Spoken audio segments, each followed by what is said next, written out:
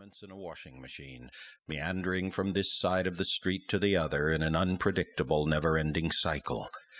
The two tall men kept eyeing the crowd. They were looking for someone.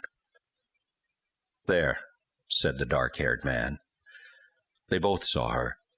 She was young, very pretty, but also very unsettled, looking this way and that, a camera in her hands and a stiff-lipped expression on her face. The two men hurried through the crowd and stood beside her. She didn't notice them.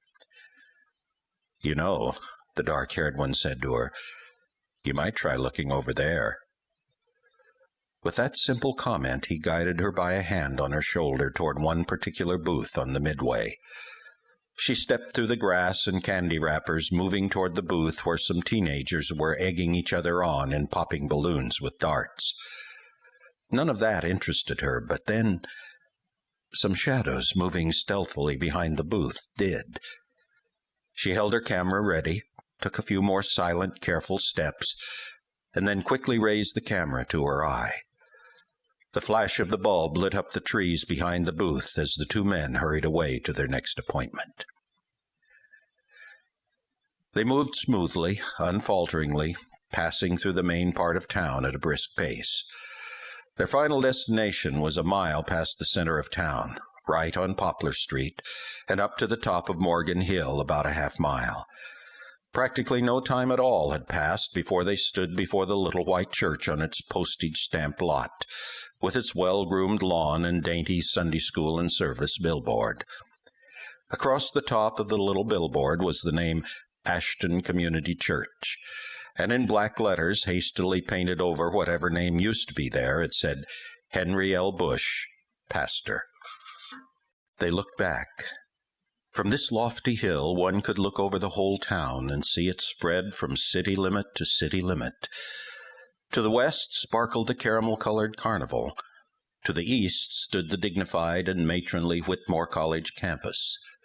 Along Highway 27, Main Street through town, were the storefront offices, the small-town-sized Sears, a few gas stations at War, a True Value Hardware, the local newspaper, several small family businesses. From here the town looked so typically American, small, innocent, and harmless, like the background for every Norman Rockwell painting. But the two visitors did not perceive with eyes only. Even from this vantage point, the true substratum of Ashton weighed very heavily upon their spirits and minds. They could feel it, restless, strong, growing, very designed and purposeful, a very special kind of evil.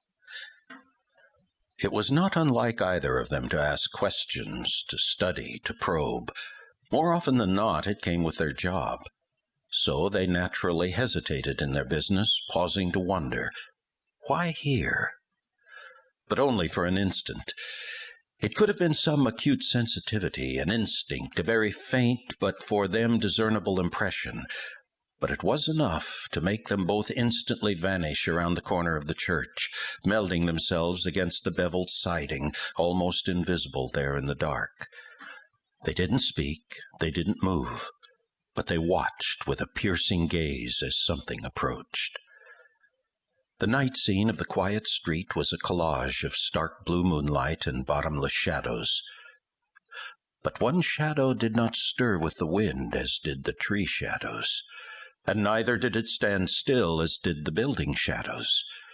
It crawled, quivered, moved along the street toward the church, while any light it crossed seemed to sink into its blackness, as if it were a breach torn in space. But this shadow had a shape, an animated creature-like shape, and as it neared the church, sounds could be heard. The scratching of claws along the ground, the faint rustling of breeze-blown membranous wings wafting just above the creature's shoulders. It had arms and it had legs, but it seemed to move without them, crossing the street and mounting the front steps of the church. Its leering, bulbous eyes reflected the stark blue light of the full moon with their own jaundiced glow.